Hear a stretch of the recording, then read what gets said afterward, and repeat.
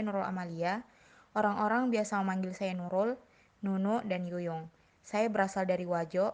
Saya lahir di Sengkang pada tanggal 9 Juli 2002. Sekarang saya berusia 19 tahun.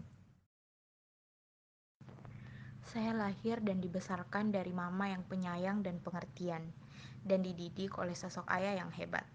Perkenalkan, nama mama saya adalah Nauya Halim, dan ayah saya bernama Rusdin Sanor. Saya adalah anak pertama dari 3 orang bersaudara. Hobi saya makan, nonton, membaca, dan menyanyi. Ya, walaupun saya tahu dan sadar bahwa suara saya tidak bagus sama sekali. Saya tidak memiliki makanan favorit karena jujur saya termasuk golongan omnivora. Ya, pemakan segala. Menurut saya pribadi, saya tidak memiliki kelebihan. Tapi orang terdekat saya menyebut saya wanita multitalent, mandiri, dan berkepribadian ganda. Entah mengapa mereka semua berpikir seperti itu. Saya anak yang memiliki banyak sekali kekurangan. Salah satunya adalah saya sangat sulit memahami pelajaran yang berkaitan dengan angka. Dalam tugas psikologi perkembangan anak ini, saya menggunakan teori dari beberapa tokoh seperti Sigmund Freud, Elizabeth B. Harlock, dan Erikson. Saya, Nurul Amalia, this is my childhood story.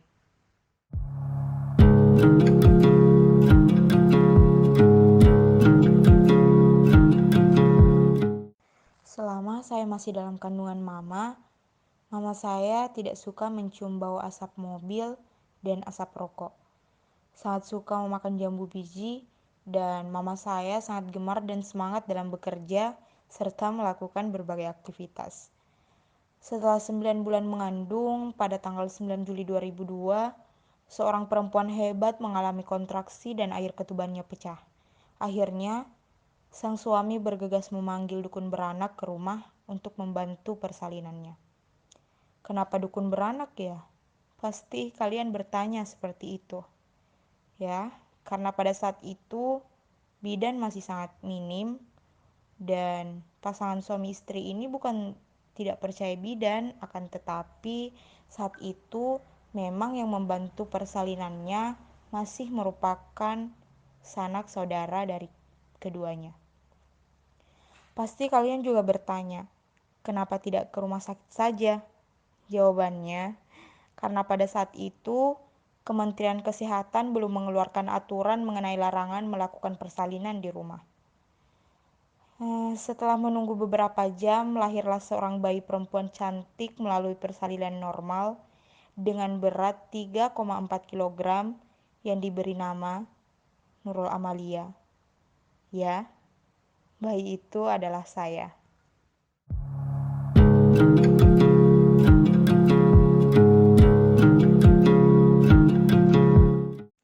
Menurut mama, pada fase ini saya termasuk bayi yang sangat aktif dan saya melalui semua tahap dengan baik. Saat usia saya memasuki 6 bulan, itu artinya saya sudah memasuki masa empati dan pada saat itu, makanan pertama yang saya makan adalah buah pisang. Saat belajar berjalan, saya seringkali terjatuh. Akan tetapi, mama saya bilang, saya tidak pernah sekalipun menangis.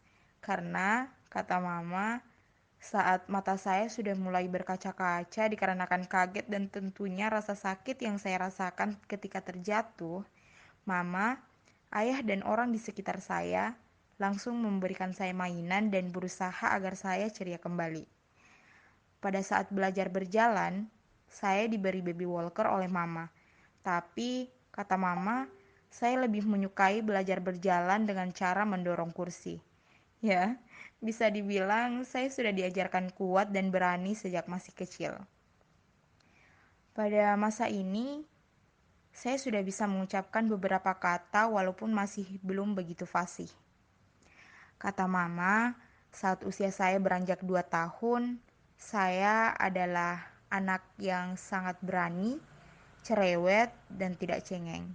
Saya termasuk anak yang tidak pernah menangis jika bertemu dengan orang yang baru, karena saya sudah terbiasa dikelilingi oleh banyak orang ketika ikut ke sekolah, jikalau mama dan ayah saya ada jam mengajar. Saat usia saya ini, saya sangat disukai oleh banyak orang, hingga teman-teman bahkan anak murid mama, ayah. Saat itu gonta-ganti menggendong, memangku, mengajak jalan, dan diberi banyak makanan. Bahkan teman-teman sepupu saya yang tinggal bersama saat itu pun melakukan hal yang sama.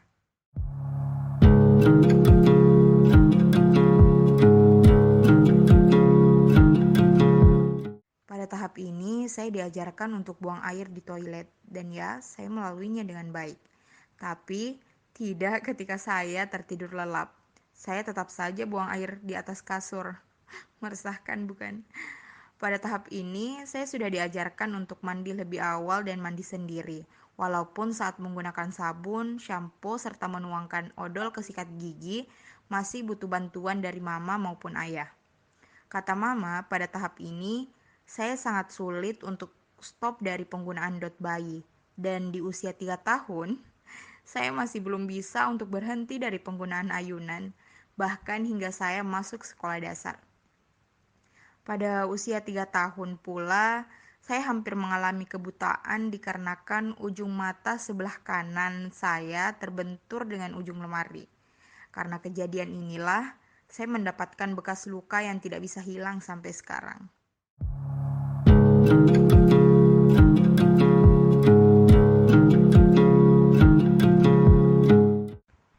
Kata mama, pada tahap ini saya sering bertanya bahkan menangis ketika saya tidak melihat ayah. Kata mama, jiwa kemandirian pada diri saya tumbuh dengan cepat karena pada usia 4 tahun saya sudah memiliki seorang adik. Saya juga akan cemburu, marah, bahkan sampai merajuk jika kedua orang tua saya dekat dengan adik saya sendiri dan anak lain. Pada tahap ini, saya sudah bersekolah di taman kanak-kanak. Menurut cerita guru dan mama, saya adalah anak yang penurut dan lumayan kreatif lah dalam hal karya seni seperti menggambar, melukis, dan mewarnai. Bahkan beberapa kali sempat ikut lomba. Tapi saat dalam sekolah, saya selalu memanjat pagar dan berteriak pada saat jam istirahat agar dijemput oleh orang rumah. Karena kebetulan sekolah dan rumah kontrak orang tua saya saat itu bersampingan.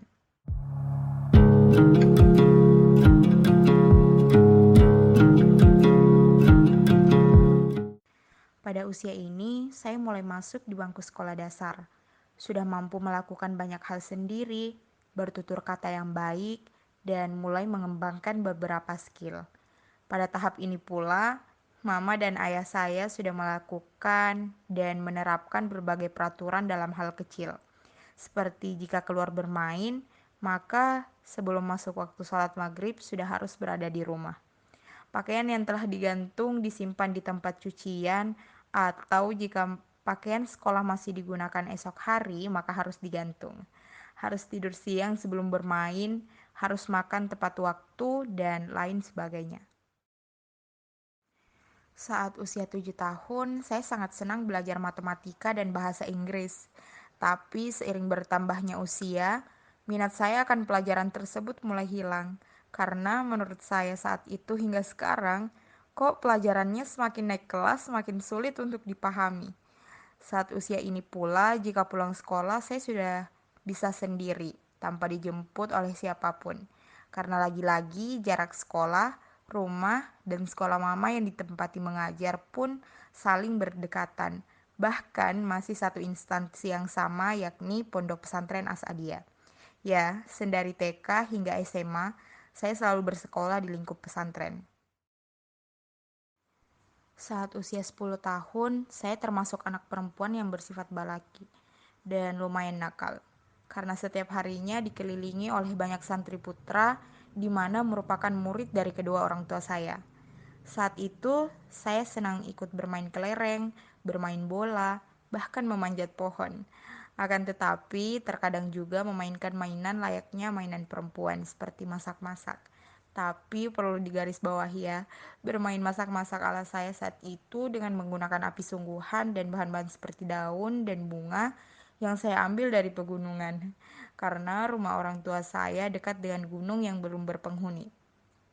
Saat itu ya, orang tua saya pun terkadang khawatir, resah, cemas, gelisah, dan bahkan marah dengan kelakuan saya ini. Tapi, kata Mama, kenakalan saya ini tidak menurunkan semangat belajar, skill, dan kreativitas saya. Saat kelas 6 SD, saya mengikuti les tambahan bahasa Inggris yang saya lakukan di bulan Ramadan. Menjadi vokalis di grup salawat kelas, mengikuti organisasi pramuka, dan saya juga sangat gemar bermain badminton dan terkadang menggambar apa saja di waktu senggang. Kedua orang tua saya sangat mendukung anak-anaknya aktif dalam bidang akademik maupun non-akademik, sehingga saya dan adik-adik saya tidak merasa dibatasi dalam berkreativitas. Satu lagi deh, Nurul yang sekarang sudah sedikit feminim ya, tapi agak cerewet, jahil dan tidak bisa diam.